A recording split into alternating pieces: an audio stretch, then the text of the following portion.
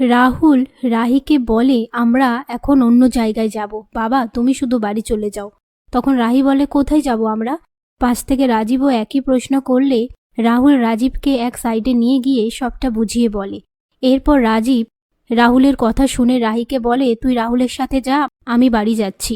তারপর তারা গাড়িতে উঠে রাজীবের অফিসের সামনে আসলে সেখানে প্রেস মিডিয়া দেখে রাহি বলে এখানে তো অনেক প্রেস মিডিয়া, আমি ওদের সামনে কিন্তু যেতে পারবো না রাহুল। তবে রাহুল রাহির মনে সাহস জুগিয়ে রাহিকে মিডিয়ার সামনে নিয়ে আসলে মিডিয়া রাহুল রাহিকে প্রশ্ন করে শুনলাম আপনাকে নাকি ফাঁসানো হয়েছে, আপনি এই প্রসঙ্গে কি বলবেন?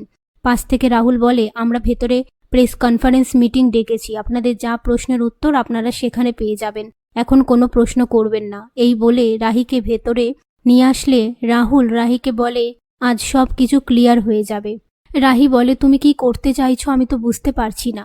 সেই মুহূর্তে কনক আর বাকিরা সেখানে আসলে রাহুল কনককে বলে তুমি এসেছো এর জন্য অনেক ধন্যবাদ। কনক বলে তোর বাবা আমাদের না জানিয়ে এখানে নিয়ে এসেছে, তবে এই প্রেস কনফারেন্স মিটিং হয়ে গেলে আমি এখানে এক সেকেন্ডও দাঁড়াবো না।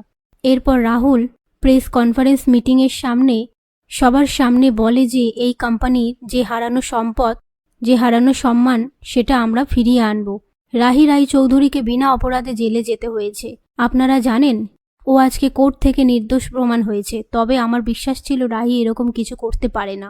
কথা শুনে ভিক্টর আপন মনে বলে রাহি আর রাহুল দুজনে এক হয়ে গেলে তো আমার জন্য অনেক বড় সমস্যা হয়ে যাবে, নতুন কোনো প্ল্যান ভাবতে হবে। তার মধ্যে রাহুল সবার সামনে বলে আপনারা যদি রাহিকে বিশ্বাস করেন কোনো দিনও ঠকবেন না, রাহি আপনাদের বিশ্বাসের মর্যাদা রাখবে, বিশ্বাসকে ভাঙতে দেবে না। ও আমাদের জন্য অনেক কষ্ট পেয়েছে, তাই আমি পুরো রায়চৌধুরীর কোম্পানির হয়ে রাহির কাছে ক্ষমা চাইছি।